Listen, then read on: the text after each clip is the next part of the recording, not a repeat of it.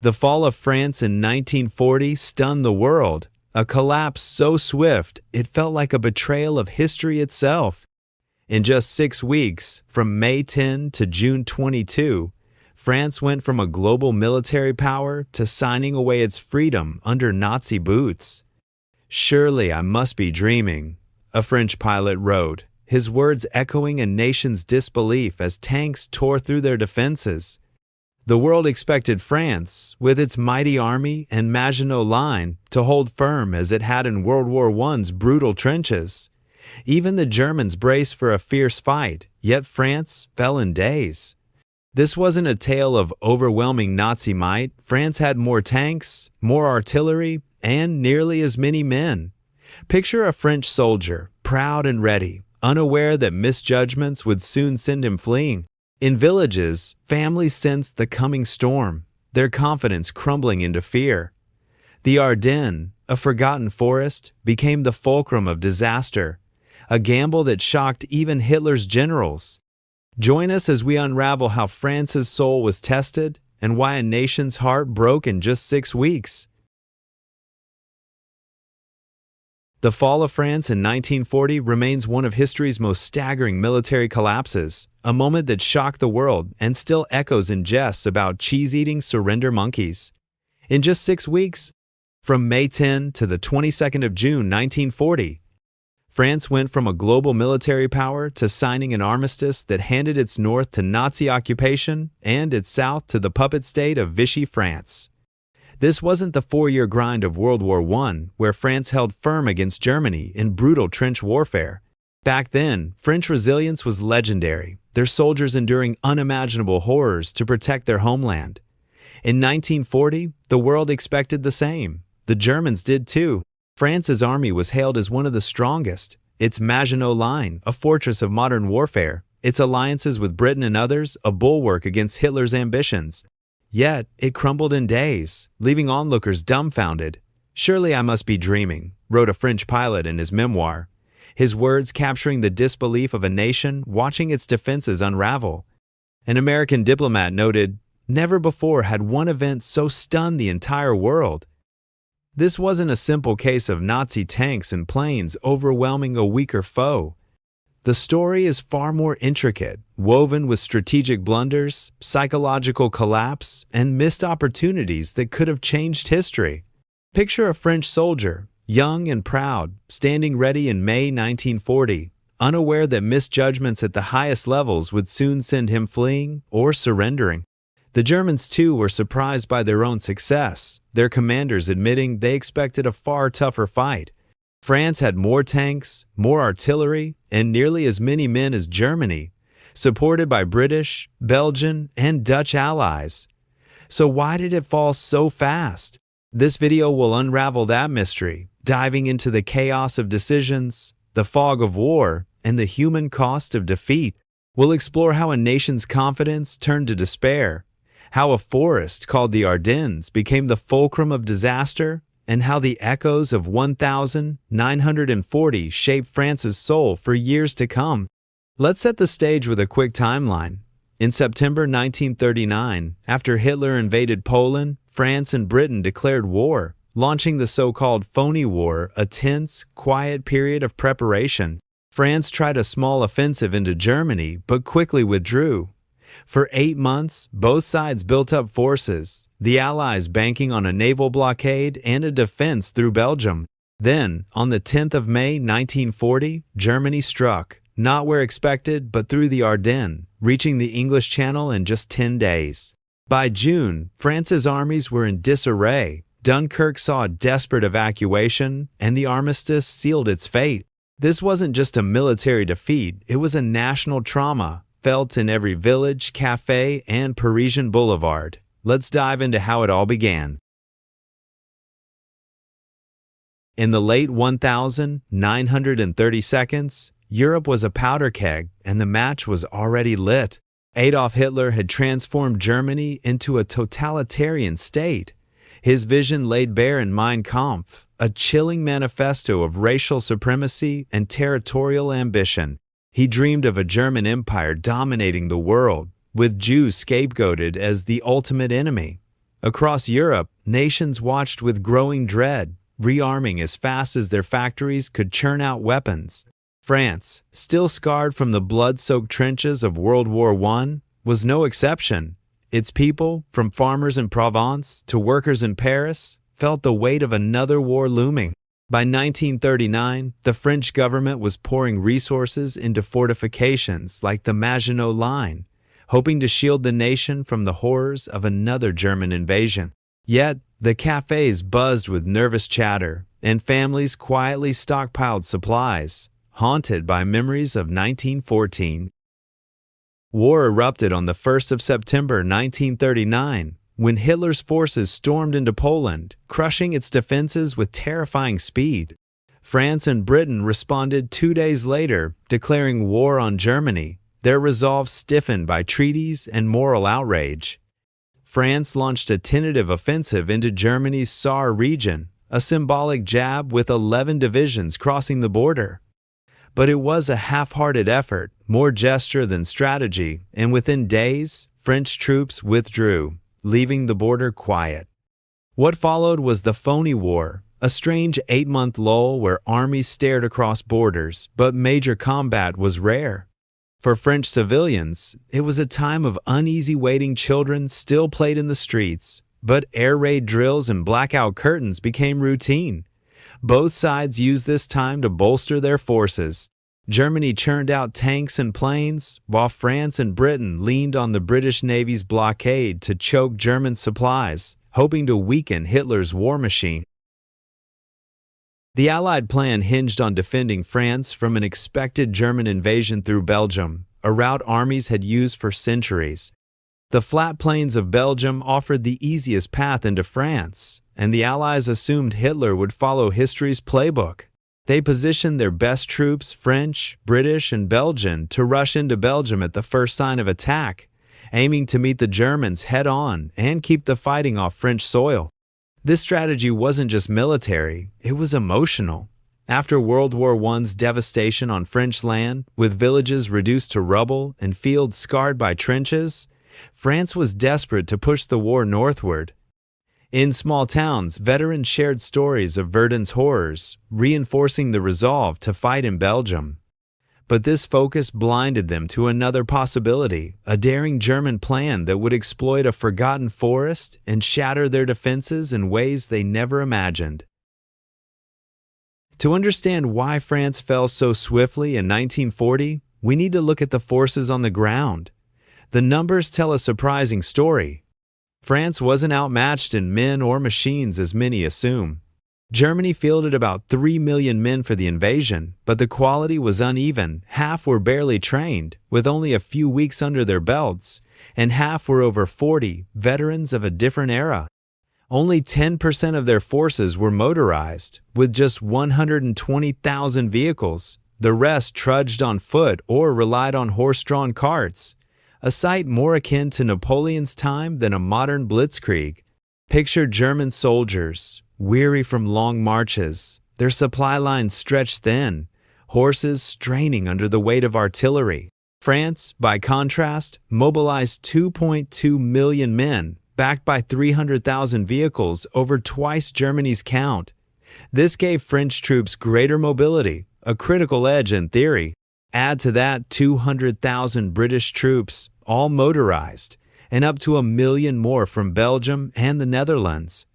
On paper, the Allies matched or even outnumbered the Germans.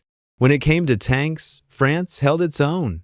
They had around 3,000 modern tanks, slightly more than Germany's 2,500. Quality was where France shone. The Somua S-35, sleek and deadly, was fast, well-armored, and packed more firepower than its German counterpart, the Panzer III. French tank crews, often drawn from rural towns, trained with pride in these machines, believing them unbeatable. Then there was the Char B-1 bis, a hulking beast with armor twice as thick as the German Panzer IV and a 75mm gun that could punch through most enemy tanks. But the B-1 had flaws. It guzzled fuel, limiting its range to just 4 hours, and its slow speed made it a lumbering giant. Imagine a French crew sweating inside the B-1's cramped turret, knowing their tank could take a beating but struggling to keep pace with a fast-moving war. German tanks, lighter and quicker, relied on speed and coordination, but head-to-head, historians agree the French had the edge in tank design. A French mechanic in 1940, wiping grease from his hands, would have boasted about the S-35's superiority, unaware that strategy, not steel, would decide the battle. Yet, numbers and quality only tell part of the story. France's tank crews, like their nation, were buoyed by a sense of invincibility, shaped by World War I's hard-won victories.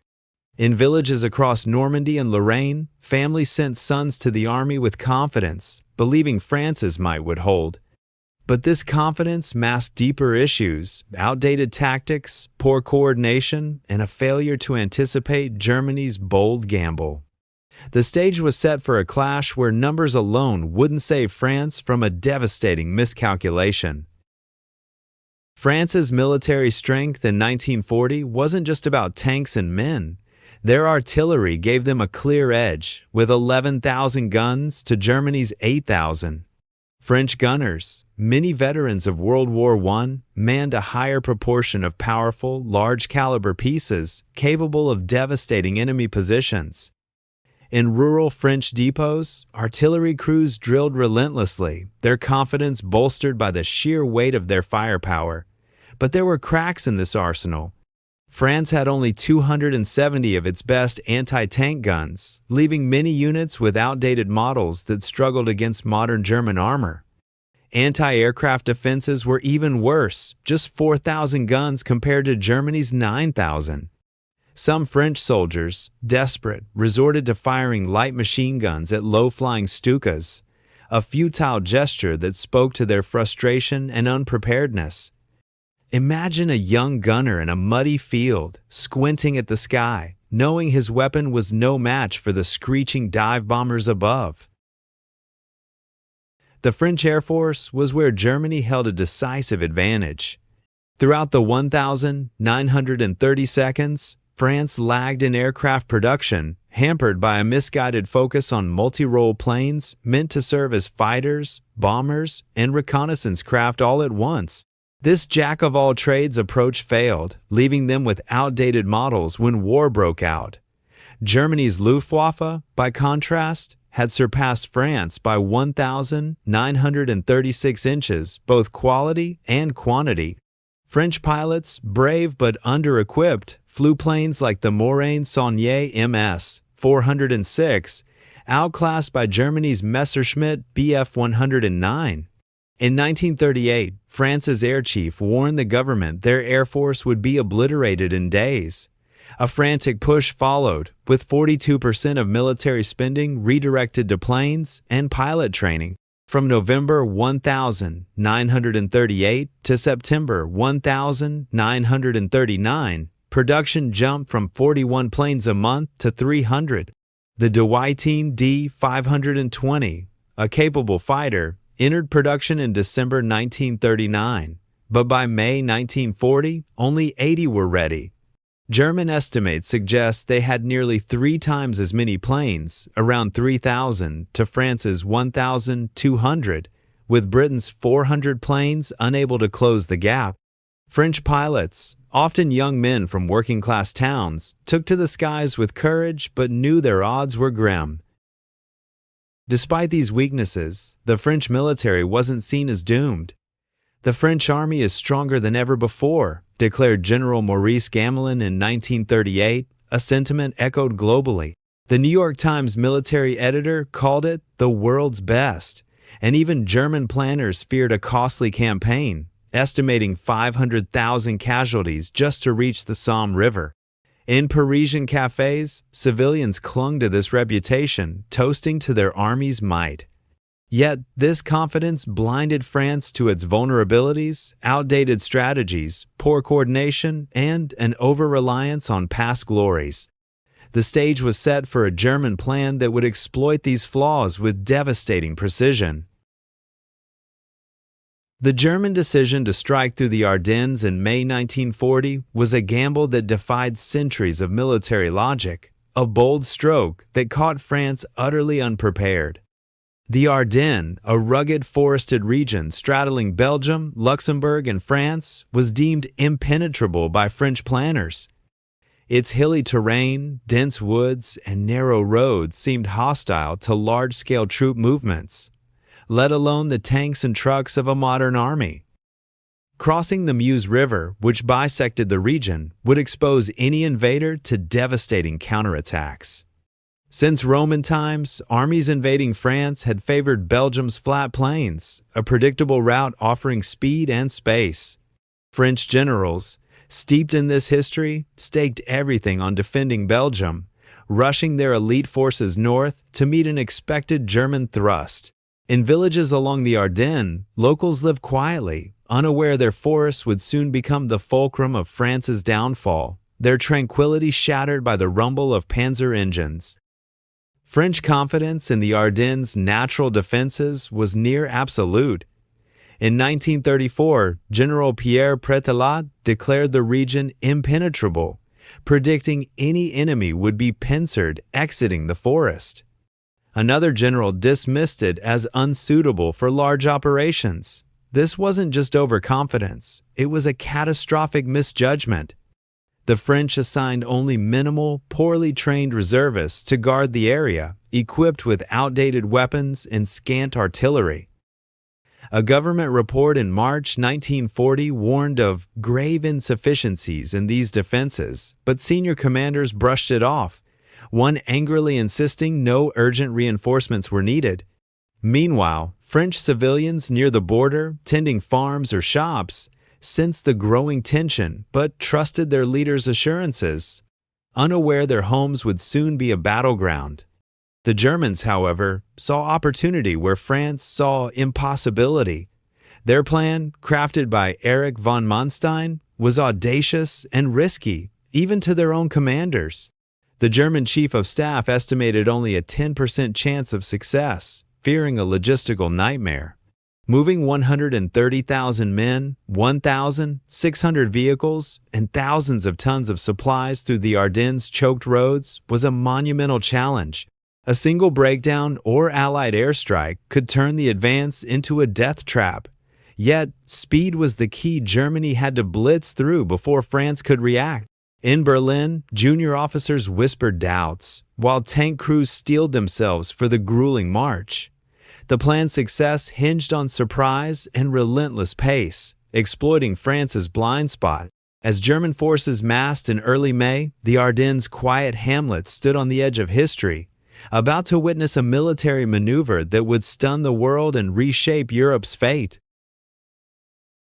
On the 10th of May 1940, at 4:30 a.m., the German invasion of France began with a roar that shattered the Ardennes' stillness.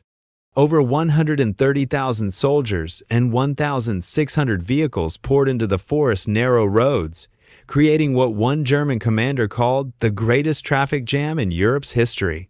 Tanks, trucks, and troops moved in tight columns, their engines echoing through villages where locals awoke to the terrifying hum of war. The French, convinced the Ardennes was impassable, had barely fortified the region, leaving it guarded by undertrained reservists with outdated rifles. French air reconnaissance spotted the massive German movement, including bridging equipment signaling a river crossing, but the high command failed to grasp the scale of the threat. In a cafe near the border, a French farmer might have heard the distant rumble, dismissing it as a drill, unaware his world was about to collapse. The Germans moved with astonishing speed, covering rough terrain in just 2 days to reach the Meuse River. Most units encountered no resistance. Some French outposts, outnumbered and shocked, retreated without firing a shot. French commanders, still expecting the main attack through Belgium, misread the Ardennes advance as a diversion. One general refused to call in bombers, while another's request for air support was overruled. The Germans, meanwhile, pressed forward, their tank crews exhausted but driven by the urgency of their gamble. By May 12, they reached the Meuse, where the French had to guess where the crossing would come. General André Corap, commanding the sector, positioned his best troops south, Believing the river's natural obstacles at Sedan made it an unlikely target. Instead, he stationed a division of B-series reservists there, poorly trained, with just one anti-aircraft gun among them. In Sedan's quiet streets, civilians sensed the growing dread but trusted the army's assurances. On May 13, at 7 a.m., the German assault on Sedan began with a relentless 8-hour barrage from Stuka dive bombers, their sirens screaming as they pounded French positions. The reservists, unable to respond effectively, cowered in bunkers, their morale crumbling under the onslaught. German infantry then crossed the Meuse in flimsy dinghies, weighed down by equipment and vulnerable to counterattack. A single well-placed French artillery strike could have decimated them, but the defenders, demoralized and outgunned, faltered. By afternoon, panic spread. Some French soldiers fled, abandoning posts. By 5:30 p.m., the Germans were building their first bridge across the Meuse, and a squad of 11 soldiers captured 7 French bunkers. In nearby villages, families fled as rumors of the German advance spread, their lives upended by a miscalculation that left France's heart exposed to the Nazi war machine. The German crossing of the Meuse at Sedan on the 13th of May, 1940, was a turning point that exposed France's vulnerabilities with brutal clarity. As German engineers built bridges under fire, their infantry poured across in dinghies, vulnerable to any serious resistance. A French artillery barrage or swift counterattack could have trapped the invaders, turning the Ardennes into a graveyard for Hitler's ambitions, but the French response was paralyzed by misjudgment and panic. The reservists at Sedan, under relentless Stuka bombardment, broke ranks. By afternoon, some fled in disarray, their retreat snowballing into chaos. In nearby villages, civilians joined the exodus, clutching belongings as they heard rumors of unstoppable German tanks. The French High Command, still reeling from their failure to anticipate the Ardennes thrust, took 3 days to grasp the scale of the disaster. At headquarters, despair set in one commander, General Georges, broke down in tears, exclaiming, "There has been a collapse." His words echoed the growing dread in Paris, where café conversations turned from confidence to fear. France's strategic errors were glaring. They had wrongly assumed the Germans would strike through Belgium, leaving the Ardennes underdefended. Now, they misjudged again, failing to predict where the Germans would cross the Meuse.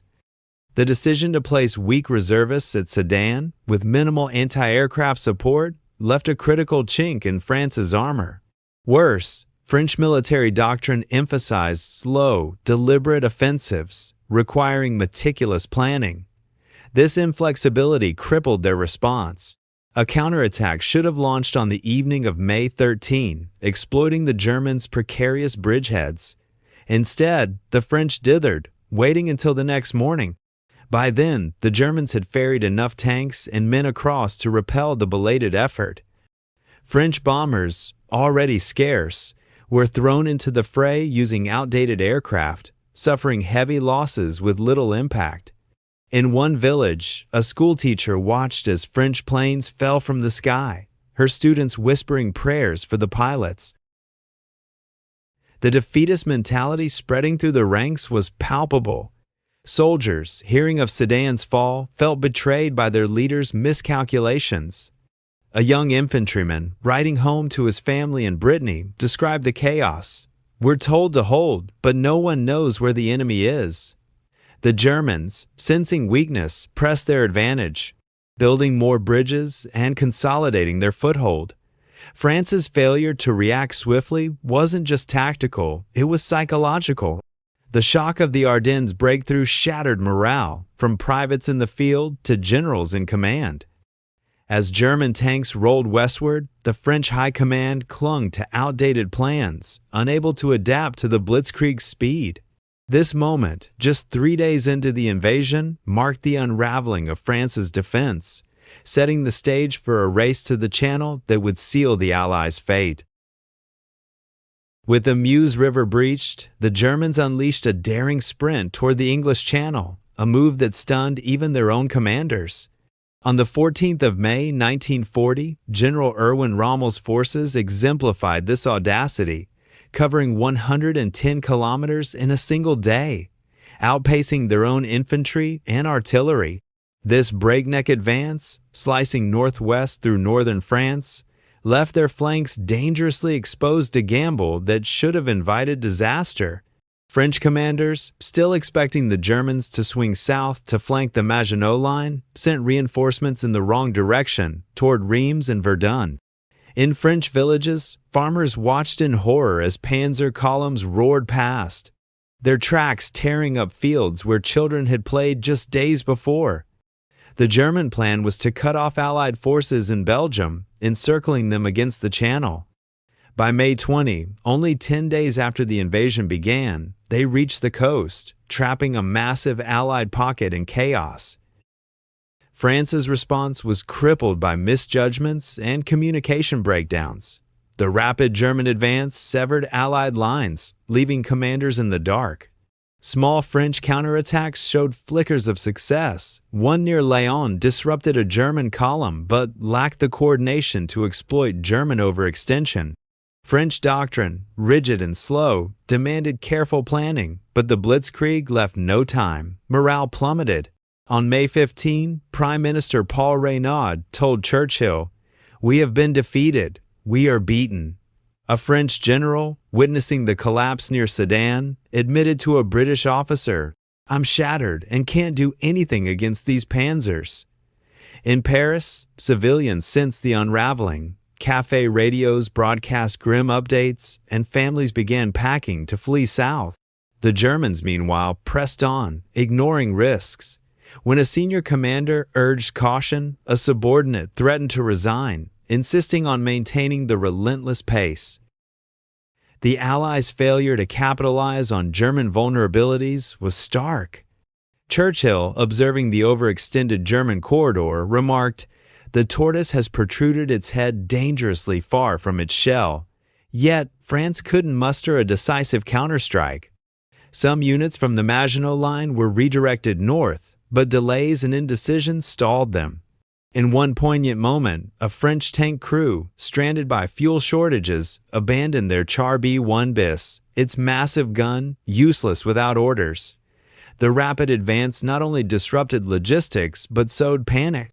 Belgian and British forces in the north, now cut off, scrambled to avoid encirclement, their retreat marked by abandoned equipment and burning villages. By May 20, the German stranglehold tightened, and France's will to fight was fracturing, setting the stage for a desperate Allied bid to break out, a bid hampered by mistrust and faltering resolve. The German advance to the Channel by the 20th of May 1940 left the Allied forces in Belgium trapped, their only hope a coordinated counterattack to break the encirclement.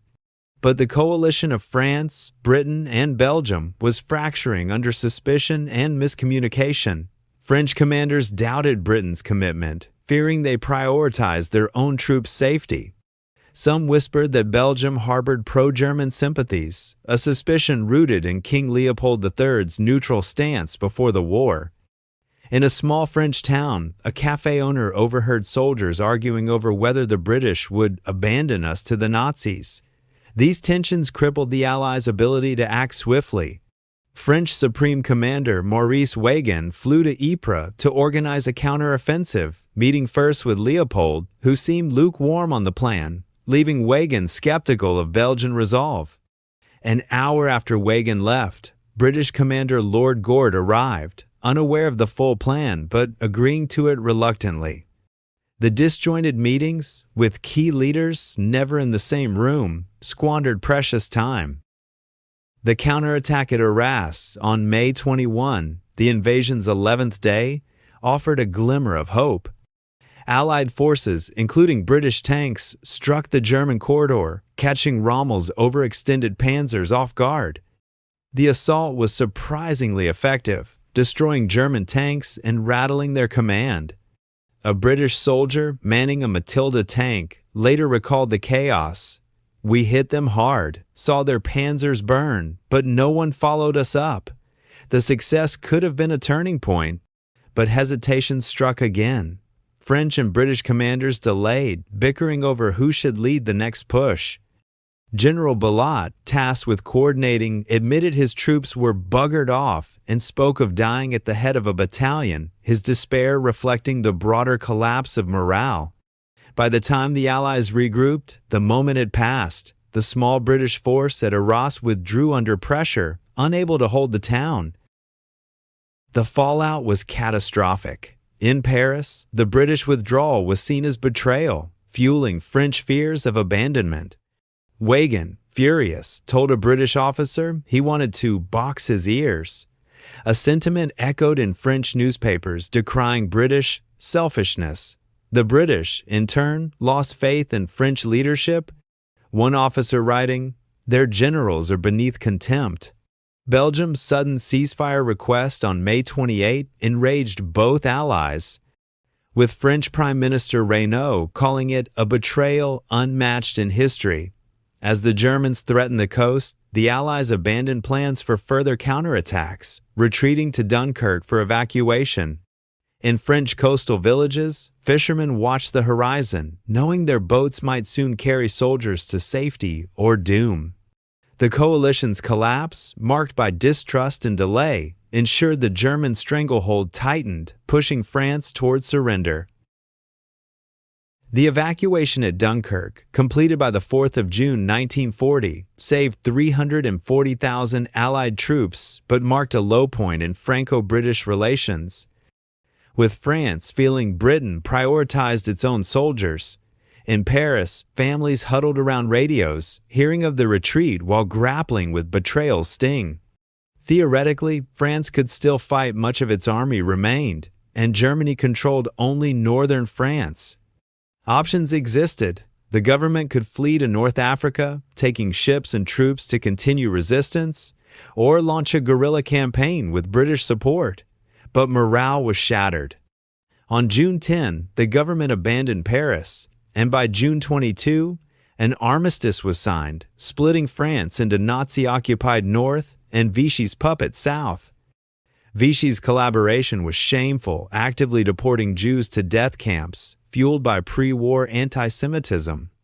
In one haunting scene, a Vichy official in Marseille processed deportation orders, indifferent to the human cost, while resistance fighters, like a young woman smuggling messages in Lyon, risked all to defy the regime. Charles de Gaulle's government in exile in London kept hope alive, but France endured 4 years of occupation until D-Day's liberation. 4 factors sealed France's stunning collapse. First, the failure to defend the Ardennes, left to reservists, allowed Germany's breakthrough. Second, French inflexibility, rigid doctrine, and slow reactions missed chances to counterattack at the Meuse.